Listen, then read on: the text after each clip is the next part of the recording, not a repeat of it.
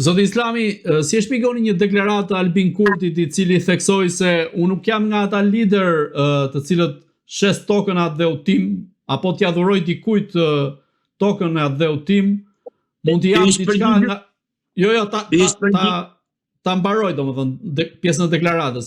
Mund t'i jap diçka nga ana ime në mënyrë personale dikujt apo një vendi tjetër, por jo atë që i përket atë dhe udhtim. Dhe tha se ka lider në histori, ka dhe lider aktual, theksoi që duke nënkuptuar në këtë rast Edi Ramën, që nuk e kanë problem që ta shesin dhe ta dhurojnë tokën atë dhe tyre. A ka qenë ky një paralajmërim që Albin Kurti ka bërë kundrejt asaj që po bën Edi Rama?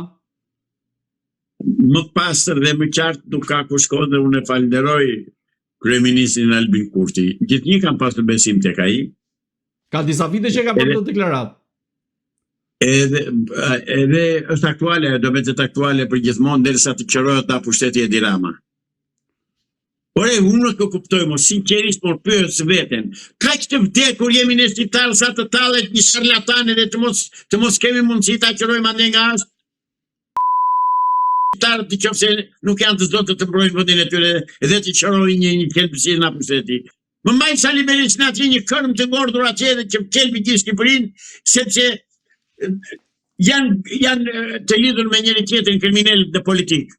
Se këtu në Shqipëri fatkeqësia është krimi në politikë, jo politika në krim. Po Edi Rama u tha shqiptarëve që nuk keni parë asgjë akoma, apo si duket nuk e besuan. Jo, ata që kishin më në kokë e besuan dhe e dini se do të bënde, dhe sidomos ata që njifin nga afër. Zoti Islami, çfarë fshe Edi Rama kur thot se toka në Zvërnec është private dem babadem? Gënjen.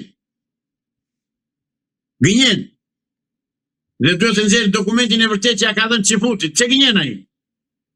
Ose të cilët janë pronarët. Dakor.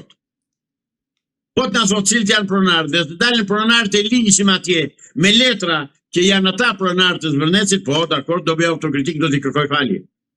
Po e para njëherë që ajo është zonë e mbrojtur dhe edhe nëse është private, aty prevalon interesi publik i kujdesit ndaj natyrës.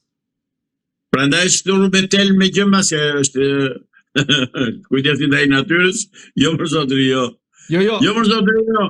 E ka marrë që futët, të lutem.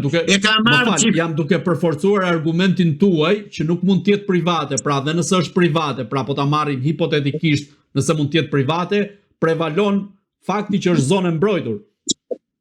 Zotëri, gënjen kryeministri si gjithmonë që gënjen që është gënjeshtar i pa skrupull, një gënjeshtar ordiner, nga ata që lozin kusht mbreti ku humbi mbreti me letra në rrugë, me kartona, nga ata gënjeshtarës.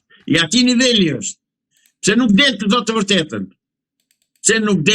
vërtetën, cilët janë pronarët. Ore, ka transparencë kjo qeveria s'ka njerë.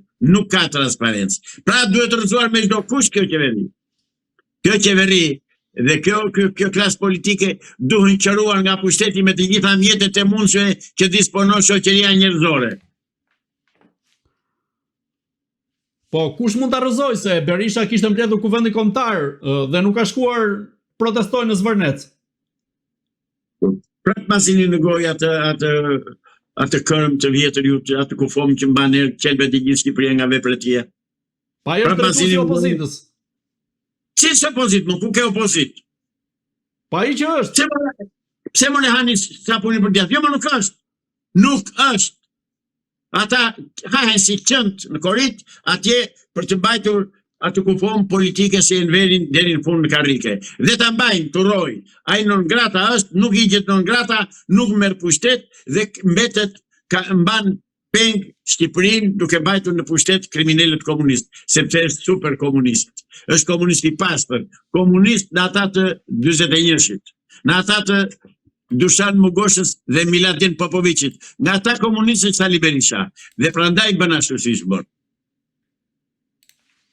Zoti Islami, si mendoni se do të zgjidhet çështja e Zvërnecit, teksa edhe në një investigim që kishte bërë rrjeti Birn, theksoi se pas çështjes së Zvërnecit, pra investimeve në Zvërnec, fshihen persona me probleme me drejtësinë, oligark të caktuar dhe njerëz mjaft fuqishëm. E kanë gabim.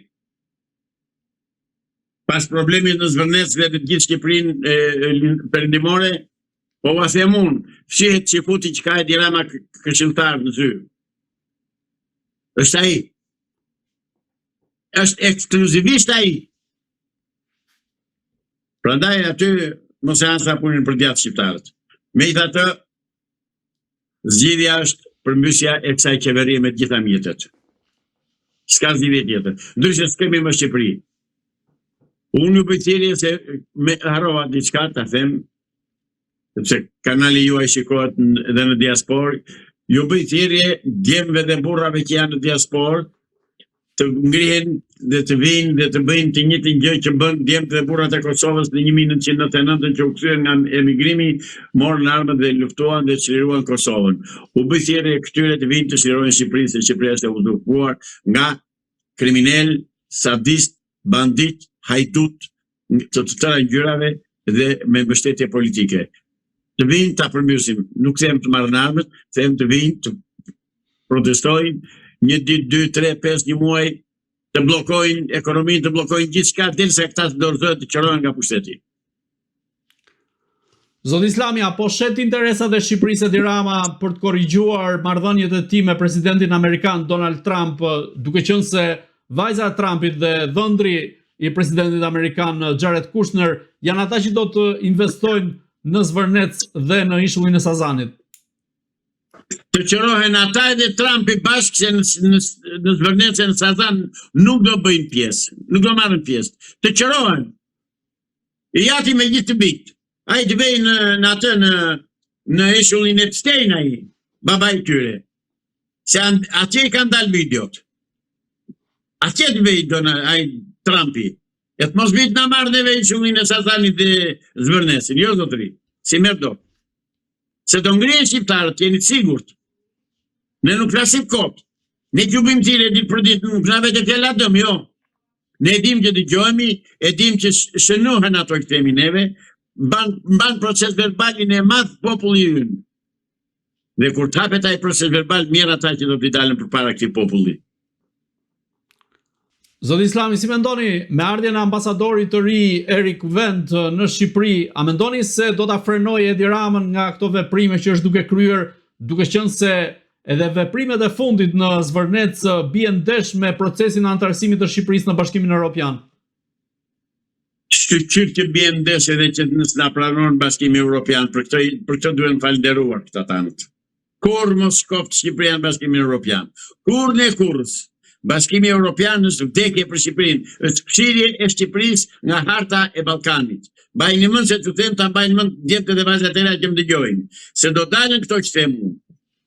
Nga ana tjetër, shpresoj tek generali që ka ardhur, kur nuk e di kur që do vi ambasador i Shteteve Bashkuara të Amerikës në Shqipëri, dhe fakti që Amerika dërgon një general ambasador, për mua flet shumë. Dhe flet edhe nga ana tjetër që në Ballkan është i vetmi ambasador që ka Amerika në Ballkanin Perëndimor. Të tjerët kanë nga një të ngarkuar me punë. Kështu që kjo mua më jep shpresë që Amerika do zbatojë dhe do bërë në jetë atë dëshirën e madhe dhe atë urdhrin e madh të George Washingtonit, atë punën e pamohshme të ish presidentit amerikan Wilson, që mbrojti Shqipërinë nga lukunit dhe nga hajdutët e Londrës, e të Parisit e të Berlinit, dhe kam shpresë dhe kam besim tek generali. Kam shpresë se generali dhe besim, sepse diplomatët më të mirë në botë janë generali, janë ushtarakët. Ndërsa diplomatët e karrierës të dalin nga shkollat civile politike të shteteve nuk janë kur patriotë dhe nuk intereson kur për vendin siç e intereson një general. Në këtë aspekt kam plotësisht besim të. Dashur Zoti, të mos është gënjehemi. Zot Islamit, kalojmë në një çështje që i përket personit tuaj, sa i përket çështjes së pronave, pra duke mbetur sërish tek kjo problematikë. A mund na shpjegoni cili është konflikti juaj që keni në fshatin Progonat të Tepelenës? Praktikisht, kështu personalisht nuk kam asnjë konflikt me askënd. Dhe s'kam asnjë pronë në Progonat. Duhet i bëj të qartë opinionin publik që unë jam avokat i autorizuar me prokuror të posaçme nga 6 pasardhës të Alush në Kidasit në Progonat. Dhe si till kam mbajtur në çdo seancë, në çdo çështje, në çdo diskutim që është dashur prezenca e avokatit. Tani çfarë dos në Progonat? Në Progonat kemi të bëjmë me një fis tribal, tribu të para historikëve, ata që jetojnë për shpella. Dhe këta janë Sokol Guga me vëllezërit e tij. Dhe me një premesa, dhe me motra e kushëria. Këta janë.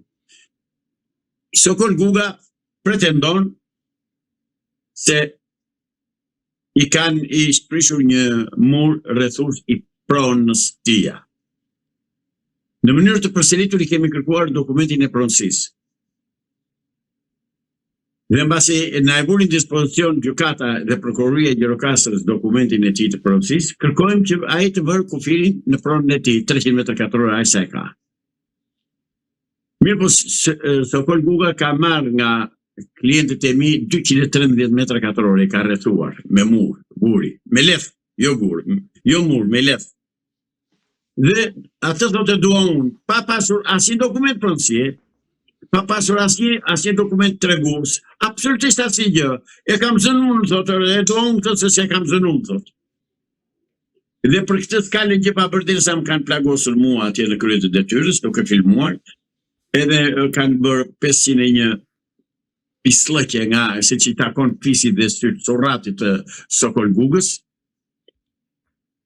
Arritën dhe më plagosën atje në fshat. Dhe unë jam viktime e drejtësisë Gjirokastrës, jo e Gugës, se ata atë dinë të bëjnë.